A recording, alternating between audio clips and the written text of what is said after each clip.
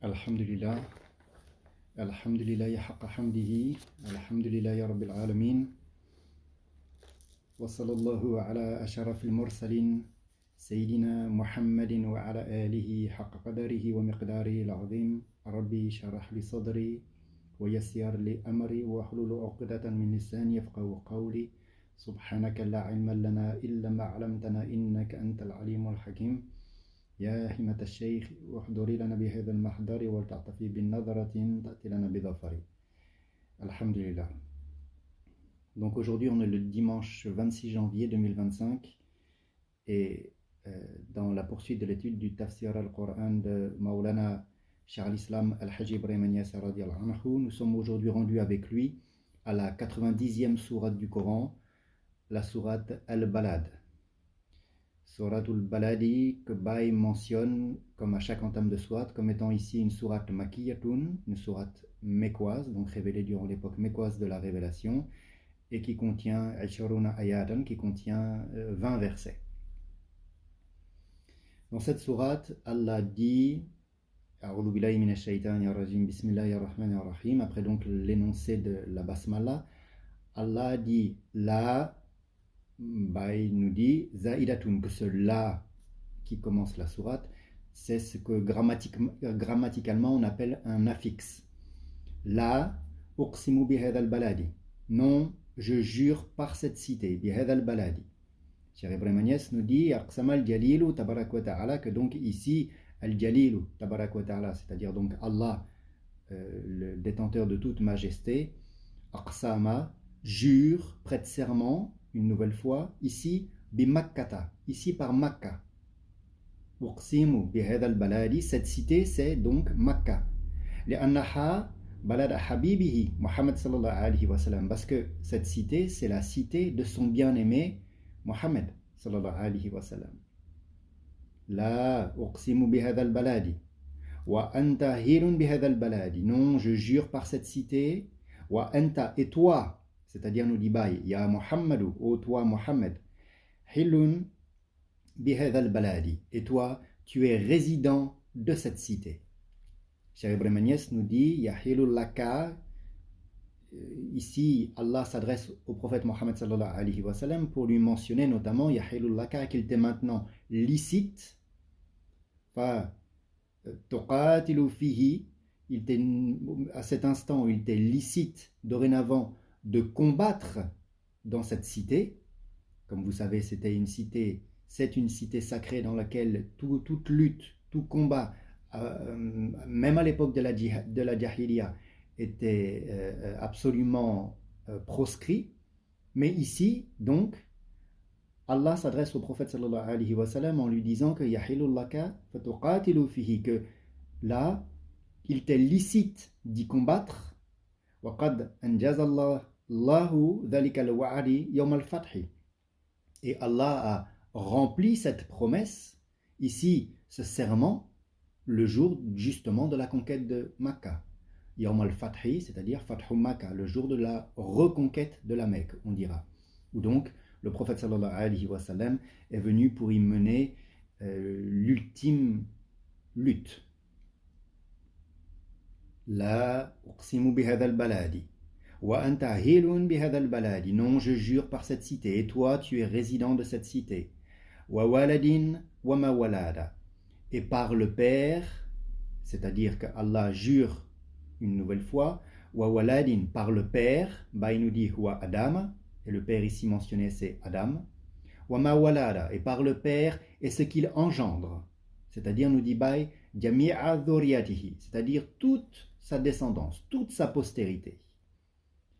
Al-walidu Adam wa ma walada Ibrahim. Le père, c'est Adam, wa ma walada, et ce qu'il engendre, ce qu'il a engendré, c'est Ibrahim, Sayyidina Ibrahim. Ou bien, walidu Adam, ou bien le père, c'est Adam, wa ma walada Muhammadun, et ce qu'il a engendré, c'est Muhammad, sallallahu alayhi wa sallam. Allah, dans le verset suivant, dit Laqad khalaqna al-insana fi kabadin. Laqad khalaqna al-insana. Nous avons certes créé l'homme, c'est-à-dire nous dit Baï al-jins, l'espèce de l'homme. Fikabadin. Nous avons certes créé l'homme, Fikabadin, exposé à l'affliction. Cheikh Ibrahim Agnès nous dit In Allah tabarak wa ta'ala aqsama bihadhil ashya. Ainsi donc, ici, Allah tabarak wa ta'ala jure, prête serment bihadhil ashya, par ces choses, par ces différentes choses, par bihadhal baladi, par cette cité, wal waladin, wa ma walada, et par le père et ce qu'il engendre. Ici, Allah prête serment par ces différentes choses. Anal insana khalaqahu, pour affirmer quelque chose, c'est-à-dire pour affirmer que Anal insan, que l'homme, khalaqahu Allah, Allah l'a créé, fi kabadin, étant exposé à l'affliction, fi nasabin, à la fatigue. Nasabin étant plus encore qu'une fatigue, c'est une très grande fatigue, c'est un épuisement, c'est un éreintement. Wa shiddatin, et aux difficultés, c'est-à-dire aux épreuves. Yukabidu masaibu dunya wa shadda'id al-akhirati. Allah a créé l'homme et ce dernier, yukabidu masaibu dunya, subit les afflictions du monde d'ici-bas, wa shadda'id al-akhirati, et les affres de l'au-delà. Baï dit Khalaqal insan fi kabadin. Allah a certes créé l'homme, fi kabadin, étant exposé à l'affliction, fi ta'abin, étant exposé à la fatigue. La yazalul insan fi kabadin. L'homme ne cesse d'être exposé à l'affliction durant toute son existence. In Allah khalaqal insan. Allah a créé l'homme, wa sawaruhu fi batni ummihi. Et lui a donné sa forme, l'a mise en forme, fi batni ummihi, dans le ventre maternel, dans le ventre de sa mère. Fi rahim, dans la matrice maternelle. Yukabidu dayqal mashimati wa rahimi wal batni hatta akhrajahu Allah. Et déjà là, yukabidu dayqal mashimati, l'homme subit l'étroitesse, est confronté à l'étroitesse al-mashimati du placenta, wa rahim, de la matrice maternelle, c'est-à-dire de l'utérus, wal batni, et du ventre.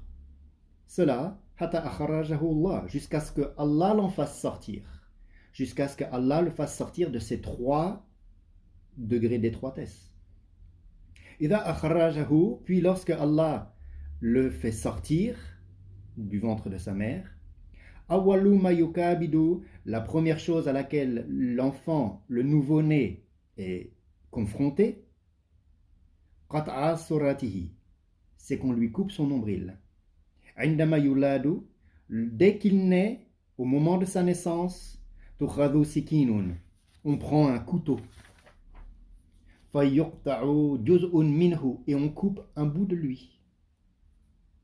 Wa yulafu lafa shadidan, puis on l'enveloppe dans un lange, dans un tissu étroit, fi qumashin ay ribatin shadidin, c'est-à-dire une bande très serrée. Il subit l'étroitesse de l'utérus maternel. Puis jusqu'à ce que même ils doivent en sortir. Allah l'en fait sortir. Première chose qu'on fait quand il sort, on prend un couteau, on coupe un bout de lui. Puis, quoi? Wayulafu lafa shadidan fi qumashin, on l'enveloppe dans un lange, c'est-à-dire dans un tissu étroit, ay ribatin shadidin, c'est-à-dire on le serre dans une bande de tissu. Yukabidu hadha ta'ab. Et déjà, il est exposé, déjà il subit hadha ta'ab, déjà il subit cette fatigue. Wa ba'da dhalika, après cela, yukabidul yarda. Après cela, il est exposé à l'allaitement, il est confronté à l'allaitement. La buddha minar rida'ati wa illa yamutu. Il se doit d'allaiter, il se doit de téter, ou sinon il meurt. Donc, il est confronté ensuite à cet effort qu'il doit faire, dont sa survie dépend. Yukabidu rida'a. il est confronté à l'allaitement, hata yatamarrana alayha. Il est confronté à l'allaitement et cela jusqu'à ce qu'il s'y applique. Wa yukabidu nabat al-asnan. Et ensuite, il est confronté à la poussée dentaire.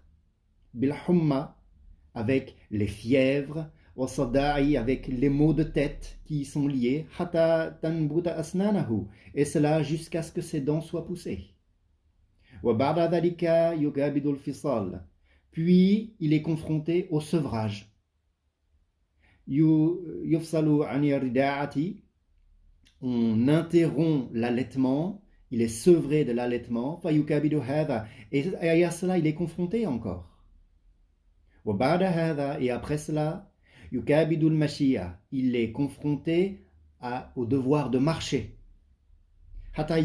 jusqu'à ce qu'il soit suffisamment fort pour le faire. Et alors, suffisamment fort, développé pour avoir bien marché, voilà qu'on le fait rentrer dans l'école. Et il est confronté, dans l'école, il est confronté à on va dire à la sévérité al-muallimi de l'enseignant, à l'éducation que ce dernier lui prodigue, à l'autorité de celui-ci. Et après cela, le voilà devenu un jeune homme.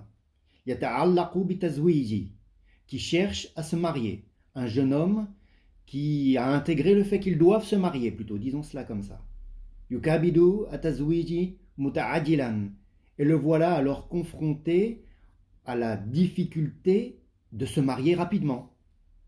On lui a fait intégrer le fait qu'ils doivent se marier, sa nature, sa physionomie, sa biologie lui fait réclamer ce mariage et il est exposé, il est confronté à la difficulté de pouvoir se marier muta'adilan, rapidement. Faïza tazawaja, puis lorsqu'il est marié, wasarallahu awladun, et que maintenant voilà qu'il a des enfants à son tour, yukabidu mushafaqata, le voilà confronté à la fatigue infligée par le fait par le fait d'avoir une famille, d'assumer une famille. Mardul awladi, avec la maladie des enfants. Nafaqatu zawjati, avec le fait de devoir dépenser pour l'épouse. Wa fitnatuha, et les difficultés inhérentes à la vie conjugale avec cette épouse. Wa huwa bayna dhalika, et le voilà maintenant entre tout cela. Yukabidu, il doit faire face, il est plutôt exposé, masa'ibu adidatan, le voilà exposé à de nombreuses difficultés, masa'iba adidatan, à de nombreuses afflictions. Étant homme, le voilà confronté à toutes ces difficultés. Al-darbu, wa-sijnu, wal-faqru, wal-mardu. Étant adulte, le voilà confronté à darbu, au coup qu'il peut recevoir, wa-sijnu, à la prison dans laquelle on peut le faire rentrer, wal-faqru, à la pauvreté à laquelle il peut être confronté, wal-mardu, à la maladie qui peut lui être infligée. Kullu hadha rubbama waqa'a. Tout ça, dans une vie d'homme, ça peut arriver. Recevoir des coups, ou être incarcéré, ou subir la pauvreté ou la maladie, tout ça, ça peut arriver. Et tout ça, ce sont encore des choses auxquelles l'homme est exposé, des afflictions auxquelles l'homme est exposé. Yukabidu masa'ibu adidatan, de nombreuses afflictions. Barda arba'ina sanatan, puis après 40 années, yukabidul haram wa shayba. Voilà que l'homme est confronté dorénavant à al-haram, à la vieillesse, à l'apparition de la vieillesse, wa shayba, à la calvitie, c'est-à-dire que voilà que ses cheveux se blanchissent ou tombent, etc.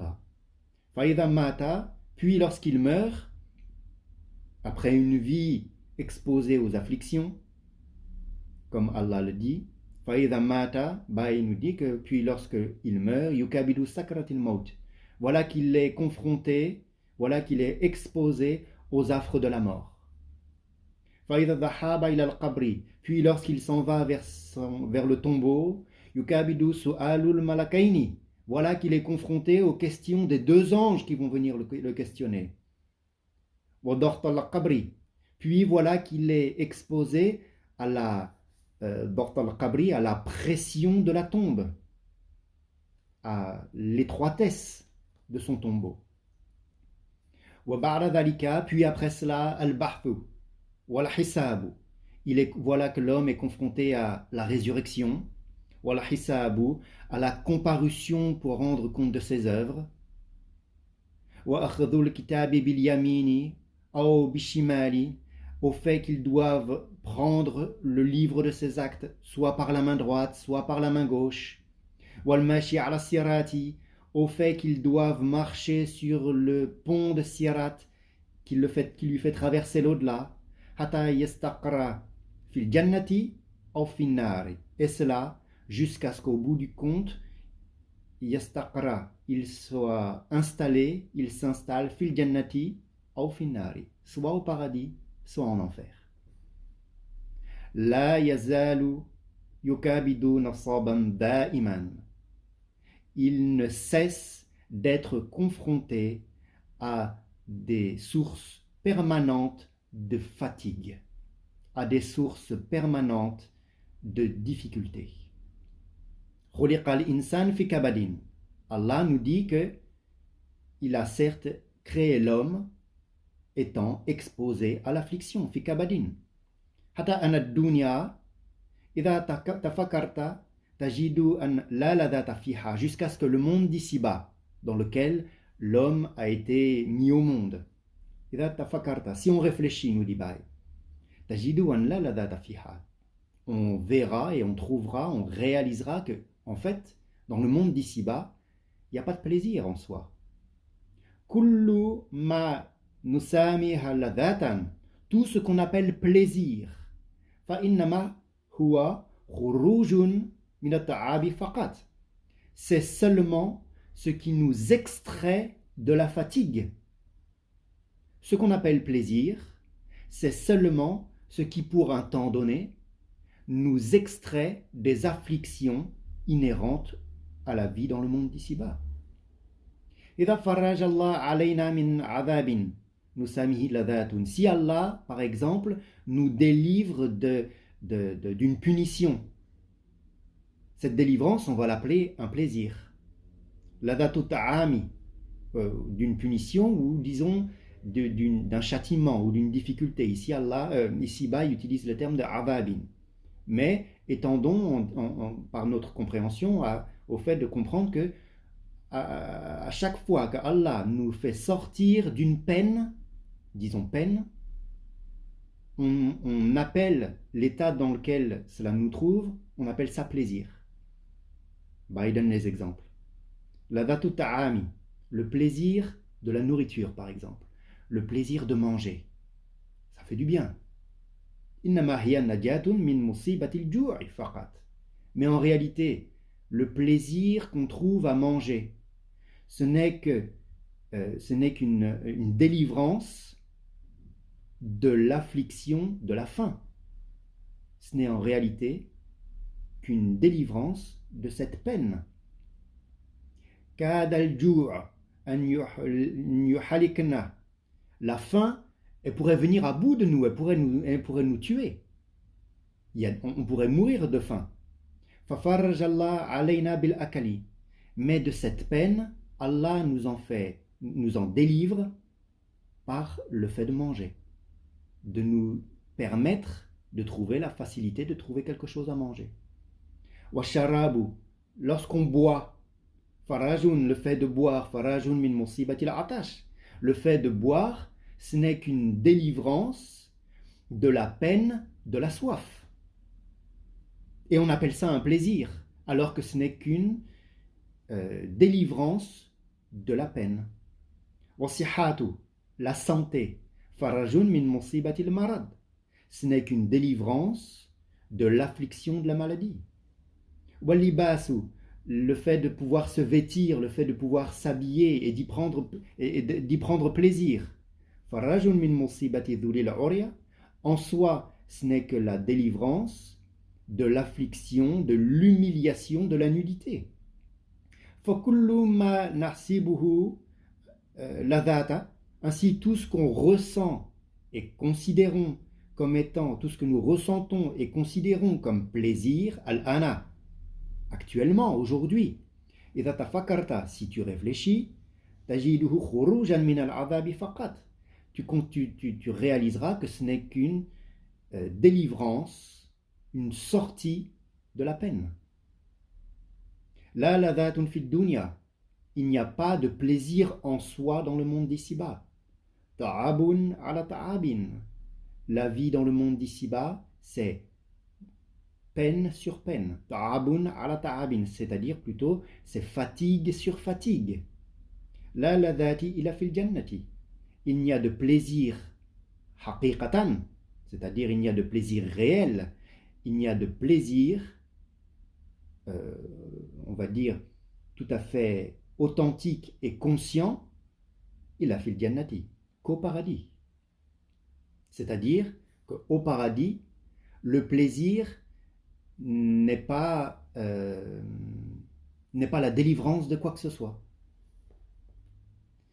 Le plaisir ressenti au paradis n'est pas le pendant positif d'une difficulté, mais c'est un plaisir pur. Toute chose trouve sa pureté au paradis. Allah, dans le verset suivant, dit, et ce que Baï développe ici, évidemment, ne veut pas dire qu'il n'y a pas de jouissance à trouver dans le monde d'ici-bas. Ça ne veut pas dire qu'il n'y a pas de plaisir à trouver dans le monde d'ici-bas. Regardez, le prophète sallallahu alayhi wa sallam nous dit que le plaisir de ses yeux, la joie, le bonheur de ses yeux se trouve dans la prière, c'est-à-dire qu'il désigne la prière comme étant pour lui une source de joie. Tout ce qui ici-bas se rattache à l'au-delà est ce en quoi on trouve de la baraka, et ce en quoi on trouve l'agrément divin, et ce en quoi on trouve un plaisir réel. Autrement, on a quantité d'exemples dans la vie du monde d'ici-bas où les hommes trouvent plaisir à quelque chose qui n'est qu'un échappatoire à la réalité. Voilà ce que Baï explique. Dans le verset suivant, Allah dit Ayahsibu, pense-t-il? Cheikh Ibrahim Agnès nous dit Sababa nuzuli hadhil ayat, que la circonstance de la révélation de ce verset, c'est-à-dire de ce 5e verset de la sourate Al-Balad, An Abal Ashad ibn Kildata, est relatif à une personne qui avait pour nom Abal Ashad ibn Kildata. Kana rajulan qawiyan. Il s'avère que cet homme, c'était un homme très fort. Wa min quwwatihi kana yad'u adiman. Et comme effet de sa puissance, ce qu'il faisait, c'est qu'il mettait le pied sur adiman, sur, on va dire, sur une peau, sur une peau tannée, sur une peau de bête. وَيَدَعُ قَدَامِهِ عَلَيْهِ إِذَا اجْتَمَعَ مِئَةُ شَخْصٍ لِيَرْفَعُوا قَدَامَهُ لَا يَقْدِرُونَ حَتَّى يَتَمَزَّقَ الْجِلْدُ. Et lorsqu'il mettait le pied sur cette peau, lorsqu'il posait le pied dessus, même si 100 personnes, il les mettait au défi, même si 100 personnes se réunissaient pour lever son pied, il n'y parvenait même pas. Il n'arrivait même pas à faire chanceler sa jambe quand il l'avait appuyée, tellement il était fort. Allah donc ici dit Ayahsibu, pense-t-il, c'est-à-dire nous dit Baï, Yadunul insan, est-ce que l'homme pense, Wahua Abul Ashad ibn Kildata biquwatihi, ici pour désigner l'homme, ici pour désigner Abul Ashad ibn Kildata biquwatihi, en vertu de cette force dont il était doté. Ayahsibu an lan yaqdira alayhi ahadun, pense-t-il, donc cet homme-là, que personne ne pourra rien contre lui? Baï dit Wallahu qadirun alayhi, alors que Allah, lui, il a toute puissance sur lui. Yaqulu, Allah dit dans le verset suivant, Yaqulu, qu'il dit, cet homme dit, Ahlaktu j'ai gaspillé malan lubadan. J'ai gaspillé beaucoup de biens, c'est-à-dire, nous dit Baye, ala adawatu Muhammadin, dans l'opposition faite contre Mohammed, sallallahu alayhi wa sallam. J'ai gaspillé malan lubadan, c'est-à-dire, nous dit Baye, kathiran, beaucoup de biens. Ayasibu an lam yarahu ahadun. Allah dit, pense-t-il que nul ne l'a vu? Ayasibu anna, c'est-à-dire, nous dit Baye, annahu lam yarahu ahadun. Pense-t-il que personne donc ne l'a vu? C'est-à-dire, nous dit Baye, fima anfaqahu, dans tout ce qu'il a dépensé, faya'lamu qadarahu. Pardon. Wallahu alimun bi qadarihi wa annahu la yaktarithu bihi. Il sait, Allah lui sait pertinemment ce qu'il a dépensé, ce qu'il a fait, ce qu'il a employé et auquel il ne prête aucune attention. Allah dit, Alam naj'allahu aynayni. Ne lui avons-nous pas assigné, c'est-à-dire nous dit Baye, Alam naj'al, c'est-à-dire Di'anna, nous l'avons certes doté, Allahu, lui, l'insan, l'homme, aynayni, ne lui avons-nous pas assigné 2 yeux, wa lisanan, et une langue, wa shafataini, et 2 lèvres. Cheikh Ibrahim Agnès nous dit, Inna Allah khalaqal insan, wa atahu aynayni, wa lisanan yantiqu bihi. Allah a créé l'homme, Inna Allah khalaqal insan, wa atahu aynayni, et il lui a donné, il l'a doté de 2 yeux, wa lisanan, d'une langue, yantiqu bihi, par laquelle il parle, wa shafataini, et 2 lèvres, lisawni lisan, pour protéger la langue. Fal insan, ainsi donc l'homme, nous dit Baye, al farqu baynahu wa bayna ghayrihi min al hayawanati al lisan. La différence qu'il y a entre l'homme et n'importe quel autre animal que lui, al lisan, c'est justement cette langue. Al lisan nisful insan. Al lisan nisful insan. La langue, c'est la moitié de l'homme, nous dit Baye. Al-farqu bayna al-hayawan al-natiqi wa ghayrihi al-lisan. La différence, la distinction entre un animal qui parle et un autre que lui, al-lisan, c'est justement cette langue. Fabihi yakmulul mar'u wa bihi yanqusu. C'est par cette langue, toutes les perfections sont acquises par sa langue, de même que tous ses manquements sont causés par cette langue. Kullu kalamatihi muktasabat bilisanihi wa kadhalika naqaisuhu. Fabihi yakmulul mar'u wa bihi yanqusu. C'est par sa langue que l'homme se parfait, et c'est par cette langue qu'il on va dire qu'il exprime ses manquements, qu'il manifeste ses manquements. Kullu kamalatihi muktasaba bilisanihi wa kadhalika naqaisuhu. Toutes ses perfections sont acquises par sa langue, de même que tous ses manquements. Walama kana lisanu shadidul khatari. La langue donc dont l'homme est doté, shadid al-khatari, c'est quelque chose de très dangereux. La langue est très dangereuse ala l'insan, pour l'homme. Liana l'insan lisanuhu mutahayya'u lil amali da'iman. La langue est très dangereuse pour l'homme parce que sa langue, la langue de l'homme, mutahayya'u lil amali da'iman, elle est toujours prête à agir. Wa qawiya haythu balagha al-lisanu min al-quwwati. La force de la langue, la force dont la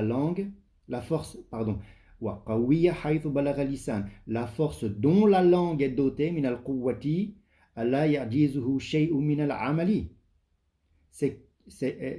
La force dont elle est dotée est telle que rien ne peut l'empêcher d'agir. Al-qadamani, Baye nous dit, Al-qadamani, laysa lahuma shughlun ila al-mashi. Les 2 pieds, les 2 jambes n'ont pas d'autre activité, n'ont pas d'autre emploi, il a le machi, que de marcher. إذا جلست, si tu t'assois, comme nous sommes assis actuellement ensemble. إذا جلست, si tu t'assois. أو إذا ou si tu t'allonges. Les jambes ne fonctionnent pas.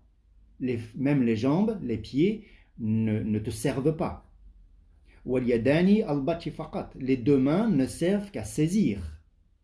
والعينين إذا أدمتتهما. Et les deux yeux, si tu les fermes, etc. Les deux mains, si tu les poses et qu'elles ne servent pas à saisir quelque chose, elles sont inactives. Les deux yeux, si tu les fermes, voilà qu'ils ne fonctionnent plus. Amal lisan, mais quant à la langue, fayatakallamu da'iman. Cette langue, elle est toujours prête à parler. Sawa'un kana sahibuhu mashiyan, que l'homme soit en train de marcher, ou qa'idan, qu'il soit assis, ou mutaji'an, ou qu'il soit allongé. Fi mala'in ou fi ghayr mala'in, qu'il soit dans tel groupe, dans telle assemblée ou dans telle autre assemblée. La langue est toujours prête à se mettre en œuvre, à dire ce qu'elle veut. وكل أعضاء الإنسان تعجز أن تعمل في عدم. Tous les membres dont est composé l'homme تعجز أن تعمل في عدم. Ils sont en soi, chacun, ils sont incapables d'agir fi adamin, littéralement dans le néant, c'est-à-dire dans le rien. Il a lisan, sauf la langue.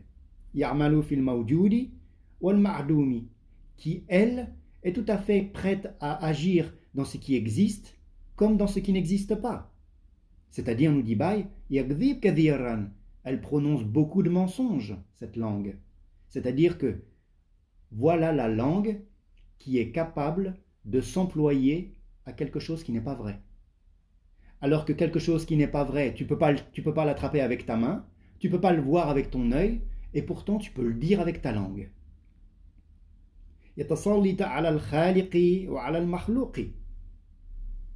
Elle s'étend aussi bien aux créateurs qu'aux créatures.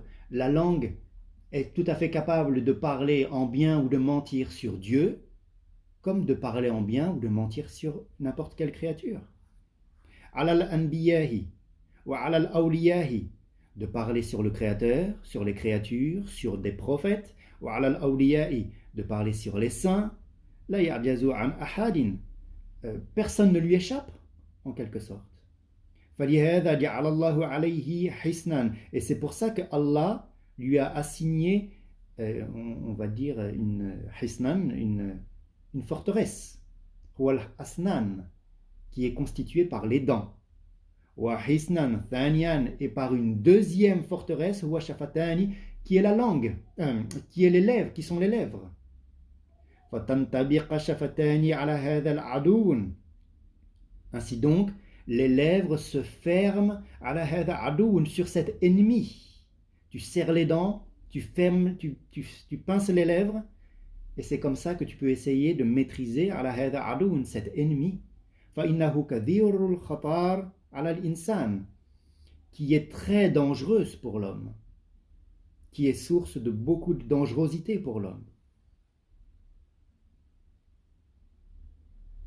Allah, dans le verset suivant, dit donc, ne lui avons-nous pas assigné 2 yeux et une lèvre, et une langue et 2 lèvres? وَهَدَيْنَهُ نَجْدَيْنِ, ne l'avons-nous pas guidé aux 2 voies, c'est-à-dire, nous dit Baye, tariq il-khayri wa shari, les 2 voies qui sont la voie du bien ou la voie du mal. فَلَقْتَحَامَ الْعَقَبَةَ, Allah dit, il ne s'engage pas dans la voie difficile, c'est-à-dire, nous dit Baye, hala jawaza sirat wa huwa hayun. Il s'agit ici, la voie difficile, ici mentionnée, al-aqabata, il s'agit de le fait de traverser sirat, le pont de l'au-delà, wa huwa hayun, tout en étant vivant. C'est pourquoi Allah dit wa ma adraka mal aqabatu. Et qui te dira ce qu'est la voie difficile, c'est-à-dire, nous dit Baye a'lamaka, qui t'enseignera, qui te fera savoir mal aqabatu, ce qu'est la voie difficile ici qui est mentionnée. كيف تجوز الصراط وأنت حي, c'est-à-dire, nous dit Baye, comment c'est possible de traverser le pont de Sirat alors que tu es en vie? Allah dit Fakku raqabatin, c'est délier un joug. C'est quoi le fait de s'engager sur la voie difficile? C'est quoi traverser le pont de l'au-delà en étant vivant? Allah répond Fakku raqabati, c'est délier un joug. C'est-à-dire, nous dit Baye, Man ataqa raqabatan faka'annama jawaza sirat wa huwa hayy. Celui qui affranchit un esclave, celui qui libère quelqu'un qui est asservi. faka'annama jawaza sirat wa huwa hayyun. C'est alors comme s'il avait traversé le pont de l'au-delà tout en étant vivant. Li'anna ar-raqabata fiha kullu aduwwin fika. Car dans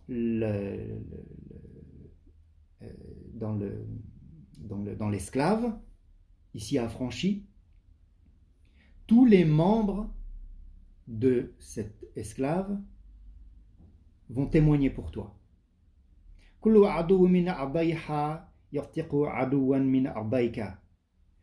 Chacun des membres qui constituent le corps de celui qui est affranchi, deviennent des membres de ton être. Comme si tu traversais le pont de l'au-delà alors que tu es toujours en vie. C'est ça le bénéfice de l'affranchissement. Allah dans le verset suivant dit Aw it'amun fi yawmi dhi mazghabatin. Il ne s'engage pas dans la voie difficile. Et qui te dira c'est que la voie difficile? C'est fakku raqabatin, c'est délier un joug. Aw it'amun fi yawmin dhi masghabatin, ou nourrir en un jour de famine. C'est-à-dire, nous dit Baye, aw idha ja'a yawmi maja'atin, ou si arrive un jour maja'atin, où la faim, la famine est répandue, tut'imu ta'am, que tu donnes à manger lil fuqara'i, aux indigents, wal masakin, et aux pauvres. Allah dit ensuite yatiman dha maqrabatin, nourrir en un jour de famine. Yatiman dha maqrabatin, un orphelin, dha maqrabatin, qui est un proche parent. C'est-à-dire, nous dit bah yatimun bainaka wa bainahu qarabatin, un orphelin avec qui il y a, entre toi et lui, il y a des liens de proche parenté. Aw miskinan, Allah dit, ou un pauvre, dha mutarabatin, dans le dénouement, c'est-à-dire, nous dit bah aw miskinan multasifan biturab li faqrihi tut'imuhu ta'aman, ou donc il s'agit ici de désigner un pauvre qui peut pas s'en sortir, qui est collé au sol, le faqara, à cause de son indigence, tut'imuhu ta'am, le fait que tu lui donnes à manger, le fait que tu le nourrisses. ثم كان من الذين آمنوا وتواصوا بالصبر وتواصوا بالرحمة بالمرحمة ثم كان من الذين آمنوا, et être de ceux ثم كان من الذين آمنوا, et être de ceux qui ont la foi, et qui s'enjoignent mutuellement la patience, c'est-à-dire, nous dit ala ta'ati wa anil marsiyati, la patience, l'endurance dans l'obéissance à Allah, wa anil marsiyati, et la patience contre la désobéissance, bil marhamati, et qui s'enjoignent mutuellement al marhamati, c'est-à-dire, nous dit al rahmati ala al khalqi, et qui s'enjoignent mutuellement la miséricorde vis-à-vis des créatures. Allah dit Ulaika ashabul maymanati, cela, c'est-à-dire, on dit al mawsufuna bi hadhihi sifat, ceux qui ont ici été décrits par ces caractéristiques, c'est-à-dire par le fait qu'ils délivrent les esclaves, ils nourrissent en un jour de famine un orphelin proche parent ou un pauvre dans le dénouement, et qui ont la foi et s'enjoignent mutuellement à la patience, à l'endurance et wabil marhamati et à la miséricorde. Ceux-là donc qui ont été ainsi décrits, ashabul maimanati, ce sont eux les gens de la droite. C'est-à-dire, on nous dit al-yamin. Al-maimanati, c'est al-yamini, les gens de la droite. Walladhina kafaru, et ceux qui ont mécru. Bi ayatina, en nos versets. Hum ashabul mash'amati, ce sont eux les gens, c'est-à-dire, on nous dit yashimali, les gens de la gauche. Alayhim narun musaddatun, le feu se refermera sur eux, sur ces derniers, c'est-à-dire, on nous dit mutabaqat alayhim, voilà que le feu s'appliquera sur cela. Qu'Allah nous en préserve, qu'Allah nous accorde une connaissance parfaite et un entendement éclairé. ببركة القرآن وببركة مولانا الشيخ إبراهيم ياس رضي الله عنه وببركة اللهم صل على سيدنا محمد الفاتح لما خلق والخاتم لما سبق ناصر الحق بالحق والهادي إلى صراطك المستقيم وعلى آله حق قدره ومقداره العظيم سبحان ربك رب العزة عما يصفون والسلام على المرسلين والحمد لله رب العالمين.